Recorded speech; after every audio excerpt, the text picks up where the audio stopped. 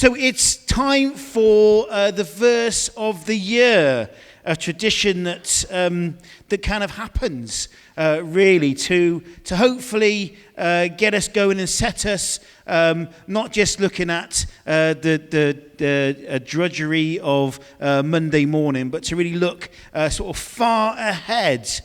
But the question to begin with is, how do we distinguish between knowing that God is the God of the impossible and doing potentially silly things that don't work? So we believe, don't we, and I'm expecting a tremendous yes from this, that God is the God of the impossible. Absolutely. But how do we stop doing things that we believe are from God but actually are not? And ending up with, whether it be egg on our face or anything else. Because the God of the impossibility, or the impossible, still asks us, I believe, to do silly things in the worldly view. So we can end up going, God, are you sure that you really want me to do this? Yes, I'm sure. Well, that's really silly, God, but I'm going to do it anyway because you said so. And there's that fine line between, or not fine line, between, yes, God has said this, and actually, no, that's just my thoughts, and that's just what I want. And things either working out or not working out, either being a catastrophic disaster where we find ourselves in the middle of some island in the Pacific where we shouldn't be, or exactly where we are in our village doing what God wants us to do. I think it's a big conundrum of how we get to know God's heart. So this coming year, how do you know, and how do we as the church know what God is asking us to do or to be? I'm going to start with the you and the me. What is the you plan?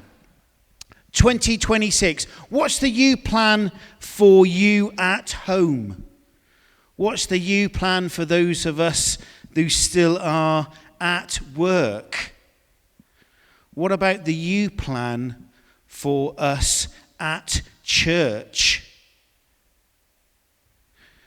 Is it a case of 3 different compartments, the home, the work, the church, or is it all just one?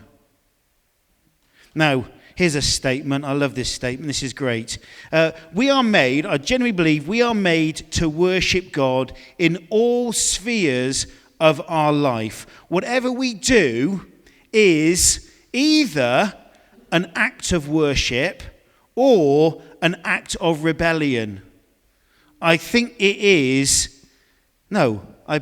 it is black and white, in the sense of we're either worshipping God or we're in rebellion to God. Now, I know we can probably think up 20, 30 different things. We'll go, well, what about this? What about that? Is that true? Is that right? But I think, I'm just being really quite basic about it, that we're either worshipping God, we're either in an act of worship or we're in an act of rebellion. How do we know our plans? What about the church's plan as we look at 2026? Lord, all this is in front of us. We will go where you want us to go. We will do what you want us to do. But please give us some sign writing in the sky to know what that is. Questions. I'm going to genuinely ask some questions that I am asking of myself, as to put myself on a wonderful pedestal as the leader of this church. But also questions that I'm going to be asking to both the trustees and the vision team. Now, you might have noticed that technically 3 doors down, there is a plot of land for sale for 1.25 million plus the VAT, which works out to be 1.5. Thank you. I'll take that. I'll take that from God. We'll put your name on the deeds. Sorry, Steve. Yeah, she's got her own money. But the question just to pose of that piece of land, 1.5 million. Well, there's only maybe 30, 40 of us that come along to church. Oh, but 1.5 million, that's a lot of money, isn't it? But is God the God of the impossible? Is 1.5 million just a drop in the ocean, small change in his back pocket that he forgot about? That bit of money down the sofa. Can you just check the sofas now, actually, just to see? But I say, oh, that's far too much money, 1.5 million. But for God, that is nothing. But the question is that the right thing that we should do as a church to buy that piece of land? For what reason? Well, God knows for what reason, doesn't he? Is it right for Forest New Life Church to spend £4,000 on a playhouse chalet for the baby and toddler group so we can use the wonderful garden that we've got during the winter time? £4,000. Will they actually use it? Will they actually go outside or not? Or will £4,000 just sit there and over 25 years just rot away, being used 2 or 3 times, or just used for storage of stuff we probably don't really need? Is it right for Forest New Life Church to buy new chairs at £80 each? How comfortable are you feeling this morning? I never understand why people choose the back chairs rather than the front chairs. I deliberately put them at the front, but never mind, you choose those back chairs. Is it right for Forest New Life Church to run 2 services every Sunday? Is it right for Forest New Life Church to restart the youth program at church? If we do, what will it look like? Is it right for us to run another Alpha course?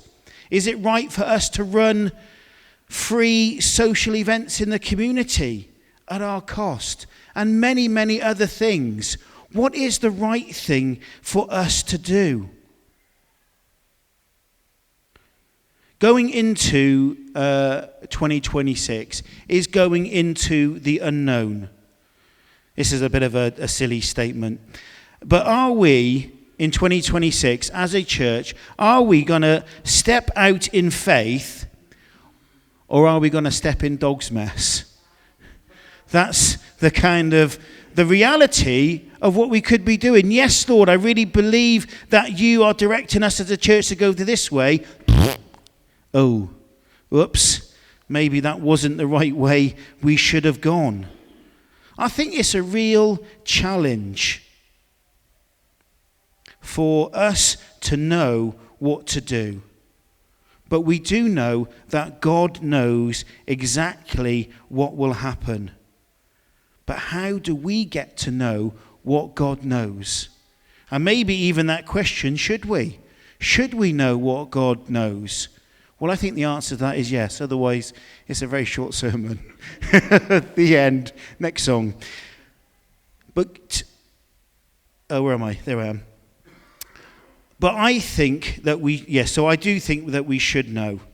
And I'm a firm believer in planning and order.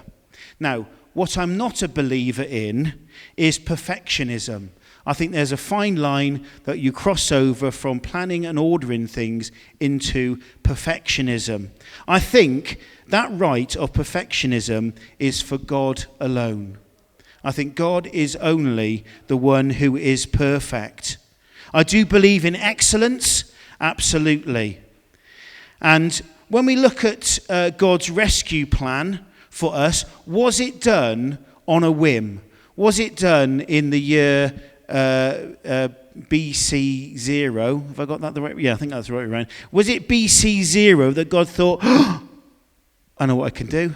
Jesus, why didn't you go down to earth and 33 years later save mankind? Or was there planning that was done? Now, when you look at the prophecies, and you look at, I think you even look at, dare I say, that I think prophetically in the Garden of Eden with Adam and Eve, what God says to Eve about what his or son will do in time, or descendant, to crush the head of the serpent. I believe that's referring to Jesus. I believe God started planning right at the time of the fall. And I think it's right for us, therefore, in that idea of following through, that it's right for us to plan. Now, when we look at creation itself, in that sense of what God did, when you look at even the two accounts within Genesis, you look at those accounts and there's order and there's time frame. And I would even say, just to back up my own argument, that there was meticulous planning done by God in doing all that he did over those 6 days. What was the result of that? And God saw that it was good. So, I believe our aim in 2026 is to be a good church. That's not me being a good leader. That's us as the church being a good church. We all need to be good. And therefore, I believe we all need to plan and have things in order to be able to move forward as a church. Just an idea and a thought about a builder. If a builder came to build you a wall, you had a wall that was needing either, you needed one putting up or redoing, and the builder turned up without the cement mixer, without the tools that were needed, you would kind of think, what on earth is this builder up to? Who on earth have I employed that this builder doesn't have what he needs? That he's backwards and forwards to his yards getting his tools. He's backwards and forwards to the building merchants. That day and days to come, he'd probably achieve absolutely nothing. That builder, in preparing to build a wall, needs to plan. So stepping into 2026, we as a church, we need to plan. It's part of, I guess, why we have trustees and a vision team as well, to help direct, to help shape, and to help us to plan as a church of what God is asking of us. But how do we as a church still determine what we should and what we shouldn't do? I think we have to look at the Bible for clues, and, of course, to Jesus himself. Now, hopefully you're familiar with Matthew chapter 20, and it's titled, A Mother's Request. The sons of thunder, those fierce two men, their mother drags them to Jesus. So that idea that these tough guys, all of a sudden, their mother, who I'm guessing is probably about 4 foot tall, and they're kind of 6'6", and their mother is bringing them to Jesus. And the request is, I want my sons to sit, when you come in your glory, to sit one on the left and one on the right. And Jesus says to them, well, are you prepared, or are they prepared to drink my cup? Yes, we are indeed. Well, that might be so, but who decides that is not down to me. Who's going to sit on my left or my right? Jesus says to them, you will indeed drink from my cup. Drink that pain that Jesus is going to go through. They are going to suffer like Jesus did. And then, of course, it's not just the 2 disciples, there was 10 more. Verse 24 of chapter 20, Matthew 20. When the 10 heard about this, they were indignant with the 2 brothers. Oh, how those disciples got on so well. Such a wonderful community. What a great church started there, being indignant with each other. Jesus called them together and said, you know that the rulers of the Gentiles lord it over them, with their high officials exercising authority over them, but not so with you.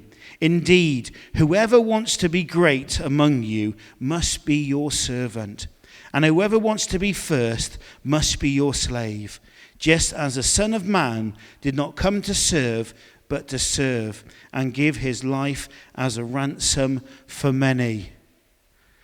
What is Jesus asking his disciples to do? To serve, to be humble. To quote myself from a couple of months ago, he's kind of saying, suck it up, buttercup. Just get on with it. Just serve. Be God's servants. Your plans at home, at work, at church, we are made to worship God. And service is a massive part of our act of worship. Now, we're not going to take away from the singing at all, and that sense of how best to describe it, to be concentrated. That's not a great word, I know, but to have that time to worship in song is so important. But that time is a drop in the ocean to our whole lives being an act of worship. We are getting to the verse of the year. By the way, that is still on my cards to tell you what it is. But the verse for the year, it's always that time where the year ahead, it's a time to inspire you to come to church, to grow in faith, and to fulfill what God has called you to do. What it really is, or can be, is a time to tell you what you've done in 2025 is not enough. And God is disappointed with you, of course, because we didn't quite get it right last year. So this year, these verses are going to inspire you to do so much better.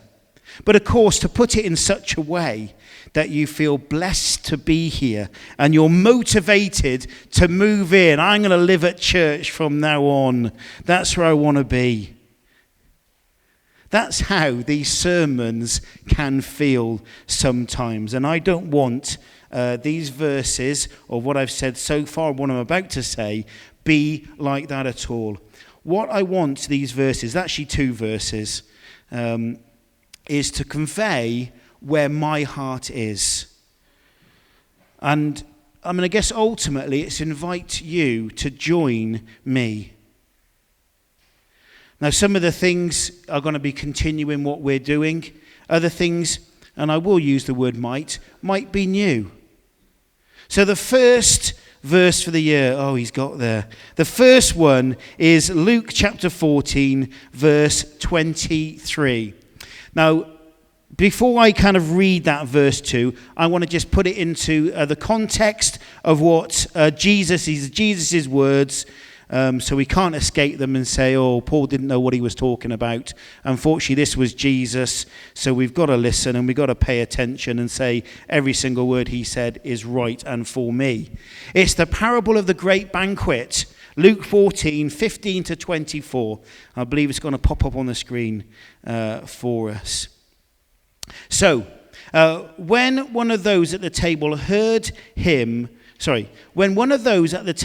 him heard this, he said to Jesus, "Blessed is the one who will eat at the feast of the kingdom of God." Now, a little bit of context before the context of the verse for the year is what is the this? And the this is basically Jesus' advice on who the Pharisee should have invited to his luncheon or dinner. He should consider his reward eternally rather than mortally. So it's not about, if you invite all the friends that you like, then they'll reciprocate and you will have your reward. Do your reward for eternal gain, not for earthly gain, not for mortal reward, is what Jesus says. So this man says to Jesus, "Blessed is the one who will eat at the feast in the kingdom of God." Jesus replies, verse 16, a certain man was preparing a banquet and invited many guests. At the time of the banquet, he sent the servant to those who had been invited, come, for everything now is ready. But they all alike began to make their excuses. The first one said, I've just bought a field and I must go and see it. Please excuse me. Another said, I've just bought 5 yoke of oxen and I'm on my way to try them out. Please excuse me. So another said, I've just got married, so I can't come. The servant came back and reported this to his master. Then the owner of the house became angry and ordered his servant, go out quickly into the streets and the alleys and to the towns and bring in the poor, the crippled, the blind and the lame. Sir, the servant replied, what you've ordered has been done, but there is still room. I'm going to pause there. I'm going to be a bit cheeky with those couple of words. What you've ordered has been done. Now, I'm going to read it my way, and you can read it a different way if you like. But it can be read 2 ways. What you've ordered has been done. Now, is this a pause in the story? Therefore, Jesus gives, the master gives the order. The servants go out. They do that. They come back, and they say, Sir, your order has already been done. There is still room. Or, this is the way I read it, does the servant know the master's mind? And so, therefore, they knew that all these people are going to come back and say, sorry, excuse me, we're busy. What would the master want me to do? Go out and bring people in. And they do that, and then they say, Sir, what you've ordered has already been done, but there is still room. Where am I? There. Then the master told the servant, go out into the roads and country lanes and compel them to come in so that my house will be full. But I tell you, not one of those who were invited will get a taste of my banquet. That is our verse for the year. It's 23, so the one before, just the one I finished. Then the master told his servant to go out, emphasizing the word out, to the road and country lanes, and, great word, compel them to come in so that my house will be full. Jesus instructs, and we're taking this, aren't we? We're taking this, Jesus talking to us. To be very plain about it, Jesus saying to us that we need to go out to the roads and the country lanes, and it doesn't say, and invite them to come in, compel. To compel somebody is so much, it is a really strong, gentle and nice word. To compel somebody, to draw somebody in, to maybe convince, if you like, them to come in. So I just love, if I say that particular word, to compel, that for us in 2026, I do believe Jesus telling us that we need to go out and compel people to come in, so that not Park End Baptist Church, Forest New Life Church building is full. It doesn't say that. So that God's house would be full. It's about God's kingdom, building God's kingdom. And for emphasis, if you like, my second verse for the year, it really just complements and emphasizes a little bit more this Luke 14. And it's Luke chapter 10, verse 2. He told them, the harvest is plentiful, but the workers are few. Ask the Lord of the harvest, therefore, to send out workers into his harvest field. And my emphasis there on the word out again, and emphasizing into his harvest field. Not into any harvest field, but into his harvest field. So, to be a bit too blunt about what I believe God is asking us to do, It's not sitting here on a Sunday morning at 10:30 and waiting for people to come in through the doors.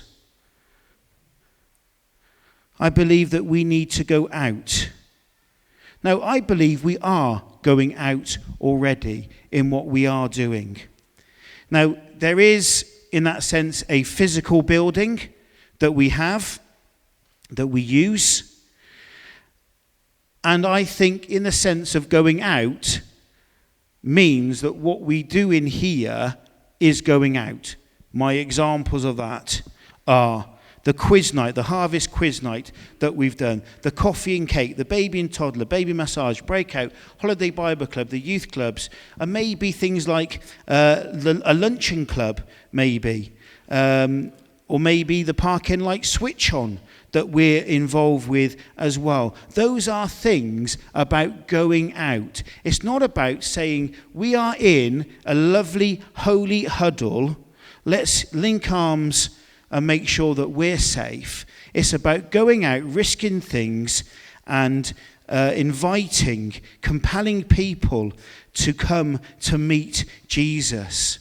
And the way, for example, to pick on it because I'm part of it, the baby and toddler group, to be able to sit with people and talk about God, talk about my relationship with Jesus, as all the others that help there do as well. It's a wonderful privilege to be out in what I believe is one of his harvest fields. But maybe there's other things as well. I'll start slightly controversially, shall I? The Memorial Hall's bingo night. How about doing a bit of bingo? Now, yes, it is gambling. And I think that we need to be very, very clear that we are not there to endorse gambling. And if stakes are too high, we shouldn't do things like that at all. I think the Bible's clear that we need to be wise with our money, that it's God's money that we're playing with, not our own. But actually, in that sense of rubbing shoulders with people of the village, is that something maybe that actually we should be involved with? I'm asking the question, I'm not telling you to do it. But maybe something a little bit softer, maybe the Working Men's Club down in Park End, the Christmas fair that happens once a year. Maybe do you know what? I'm going to take half an hour out of my time and go around the Christmas fair and then have a cup of tea and a slice of cake and chat with the people over there. Maybe that is what God is saying to us about going out. So I think it is about the physically us going out. I think otherwise Jesus would have said, invite them into social events. But he doesn't say that. He says for us to go out, to put ourselves on the line, to try coffee and cake, to try a baby and toddler group, etc., etc. I think that's right for us to do that. So, but I also think in that sense of where are you, what are you doing from 1 o'clock on a Sunday to 10 o'clock on a Sunday? That time in between, that whole week that happens at home, at work, at just living life. Are you doing what God wants you to do? To go out into the world, to go into his harvest fields. Because I think if we open our eyes, the harvest fields are there. It doesn't mean it's going to be easy or a breeze to go in to harvest, but the harvest field is there. Now these two verses, Luke 14 and Luke 10, they if I say use that phrase, they came to me. I've kind of, in thinking about the verses for the year, probably maybe mid-September-ish sort of time, that I felt these verses were beginning to speak to me. Speaking about what God is interested in. Speaking to me about how on a daily basis, how I worship God. Speak to me about how I must be part of God's kingdom. Speaking to me about the Forest of Dean, and I'll be honest, that the thought that has this quiet revival passed us by. But no, in those verses, we can see really clearly that God has a harvest field. And I believe that includes the Forest of Dean.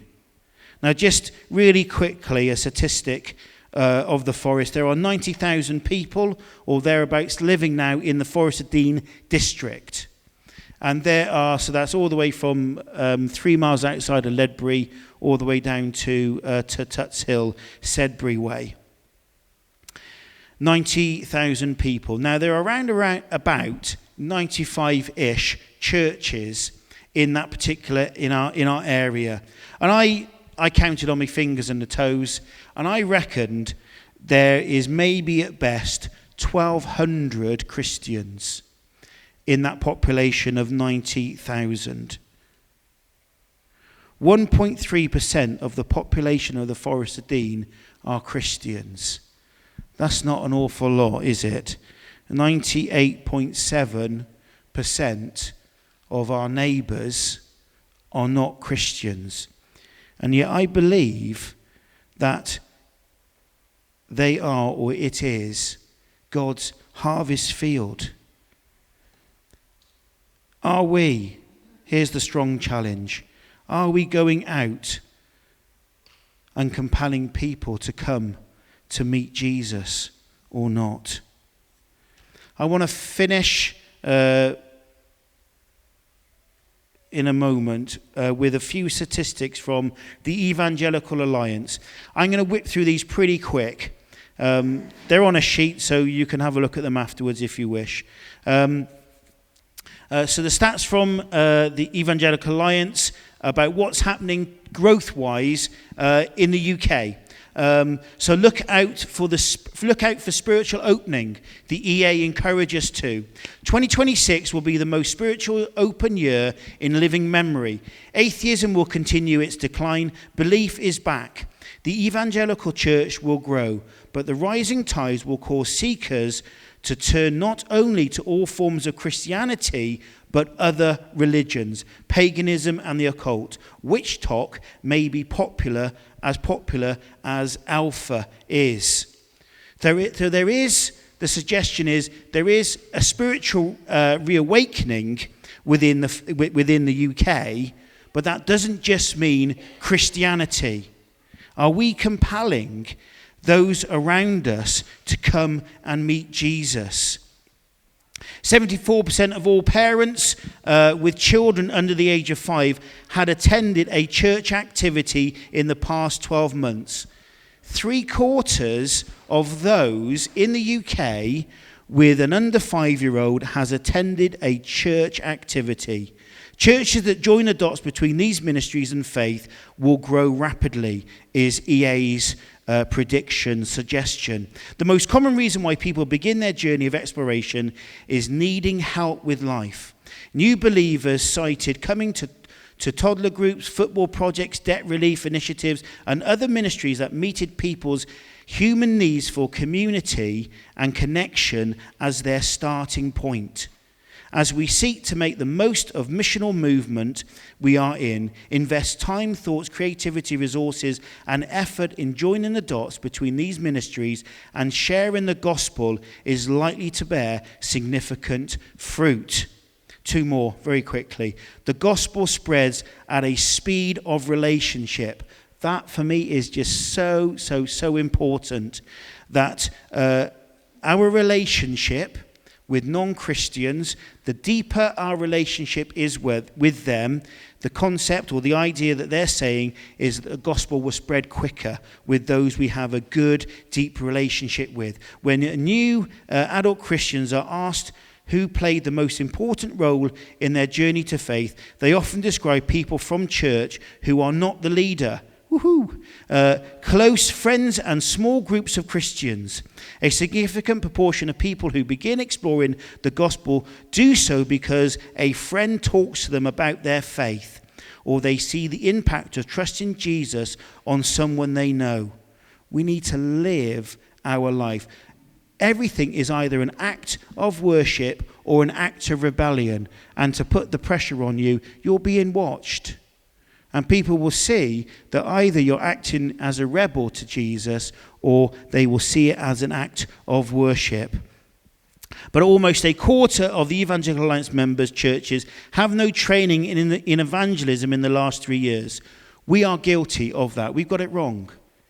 We need to do more training, more talking on evangelism.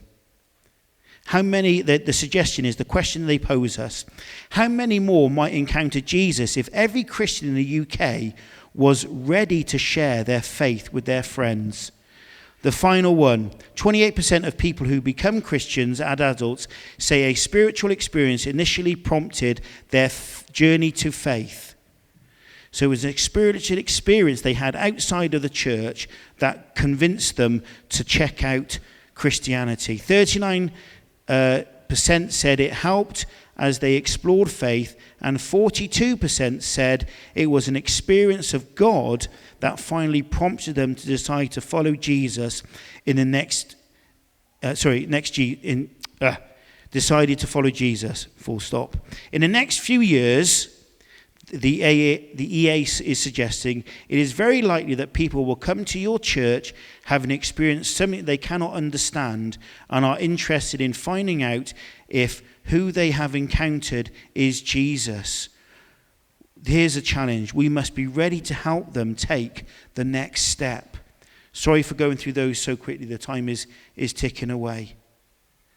So there are two things that I want to spend as much time as possible doing in 2026. And I guess the invitation to you is, do you want to be part of that? I want to be in the harvest field, compelling them to meet Jesus. Amen.